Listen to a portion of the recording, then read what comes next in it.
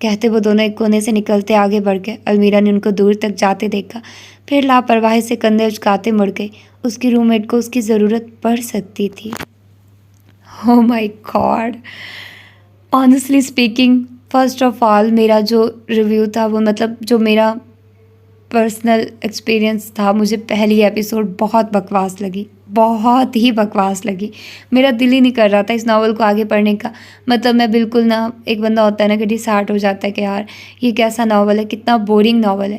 لیکن یار یہاں تک پہنچتے ہوئے مجھے اتنا مزہ آ رہا ہے نا، کیا بنداس لڑکی ہے یہ المیرا، مطلب سبھی بہت مزے کے۔ اور سب سے مزے کی بات یہ ہے کہ یہ چاروں کسی نہ کسی وجہ سے ایک دوسرے کو جانتے ہیں۔ دیکھو گل اس کے پاس جاب کرتی تھی، دبیر وہ اس کا دوست تھا، ٹھیک ہے، اور پھر پتہ نہیں ابھی فاتر اور یہ کلیئر نہیں ہوا کہ فاتر اور المیرا کا آپس میں کیا تعلق ہے، ٹھیک ہے۔ لیکن یار بہت مزہ آیا سن کر اور یہ سارا کچھ دیکھ کر، اور وہ جو اس کا کپل آتا ہے وہ ان کو دکھاتے ہیں اور وہ اس کو امپریس کرنے کی کوشش کرتے ہیں اور وہ پوچھتی ہے کتنا کما لیتے ہو۔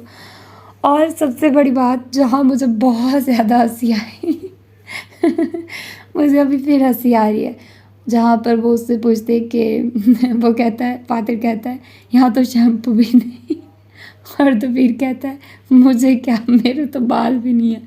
او گاڈ، مطلب مجھے وہاں پر بہت زیادہ ہنسی آئی، اور مطلب یار مزہ آ رہا ہے، میرا خود کا دل کر رہا ہے کہ میں اس ناول کو جلدی جلدی اب ختم کروں اور پڑھوں۔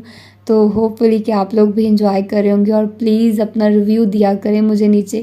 2-4 لوگ جو سن رہے ہو، یار میں نہ اکلا جاتی ہوں، جو 2-4 لوگ سن رہے ہو نا، پلیز اپنا ریویو دیا کرو تاکہ دوسرے لوگ اس کو پڑھیں اور ان کا آپ لوگوں کو رسپانس ملے۔ تو ہوپ فلی آپ لوگ اس ناول کو انجوائے کر رہے ہوں گے اور آپ لوگوں کو میری ہی طرح مزہ آ رہا ہوگا۔ اس کے علاوہ میں ایک نیا ناول سٹارٹ کر رہی ہوں، انا الیاس کا ناول جلتے چراغ، بہت مزے کا ہے۔ ابھی تک تو لگ رہا ہے، پہلی ایپیسوڈ میں نے پڑھی ہے، مجھے اچھا لگ رہا ہے، تو ہوپ فلی آپ لوگوں کو بھی اچھا لگے گا۔ تو چلتے ہیں اور اس ویڈیو کو ختم کرتے ہیں۔ اپنا ڈھیر سارا خیال رکھیے گا، اور مطلب مجھے ریویو زیادہ کرنا چاہیے یا نہیں، لیکن باہر اسپیکر کی آواز آ رہی ہے تو مجھے تھوڑا سا یہ ہو رہا ہے کہ اس کی آواز اندر آ رہی ہوگی، لیکن خیر ابھی مجھے تھوڑا بہت تو تبصرہ کرنا چاہیے۔ لیکن میں تو بس یہی کہوں گی، جب یہ زیادہ تر مطلب شاید اسی ویڈیو میں ہی ہوا ہے کہ وہ اپنی دوست کے سارے پیسے لگوا دیتی، مطلب اتنی فضول عورت ہے نا یہ المیرا، اتنی بدتمیز، مطلب بیچاری زیبا کو تو چھوڑ دے، وہ کتنی اچھی ہے یار، وہ سویٹ بندی ہے کہ وہ اس کو پیسے دے دیتی، اور وہ اتنی کنجوس، خود پر بھی نہیں لگاتی۔ اور پھر کیا ہوتا ہے، پھر والا جو سین، ایک اور بھی بات ہے جہاں پر وہ ایک بندہ اپنا نام بتاتا ہے بادشاہ، تو وہاں پر وہ کہتی ہے کہ مصر میں ایسے پے کو بے بولتے ہیں، یا یہ مجھے تھوڑا سا عجیب لگا کہ مصر میں بولتے ہیں، بندہ ایران کا ہے تو وہ نام تو ایرانی ہی بتائے گا نا۔ مطلب دیکھو میں نادیہ نواز ہوں، ٹھیک ہے، اگر میں کسی اور کنٹری میں جاتی ہوں تو وہاں پر جیسے بھی نام بولا جاتا ہے میں اپنا نام ویسے ہی بتاؤں گی، یا شاید نہیں بتاتے لوگ ایسے، لیکن یہ میں بات رائٹر سے پوچھوں گی کہ ایسا ہے کہ نہیں، کہ اگر وہ ایک پرسن بول رہا ہے کہ وہ اس کا نام ہے، تو مطلب مجھے یہ تھوڑی سی کنفیوژن ہوئی، لیکن خیر بہت مزے کا ہے۔ اور یار کوئی باہر کی کنٹری کا سن رہا ہے نا تو یار مجھے ڈی ایم میں بتاؤ کہ آپ کسی اور کنٹری سے سن رہے ہو، یار جاننا چاہیے نا ڈفرینٹ کنٹری کے بارے میں۔ اور مجھے تو بہت اچھا لگ رہا ہے، بہت مزہ آ رہا ہے اب تک تو، اور میں ریلز بھی اس کی بنا رہی ہوں، اور ریلز بھی بہت مزے کی بنیں گی۔ تو ہوپ فلی کہ آپ لوگوں کو یہ والی دوسری ایپیسوڈ مزے کی لگی ہوگی، تو پھر ملتے ہیں اس کی اگلی ایپیسوڈ میں۔ اپنا ڈھیر سارا خیال رکھیے گا، اللہ حافظ۔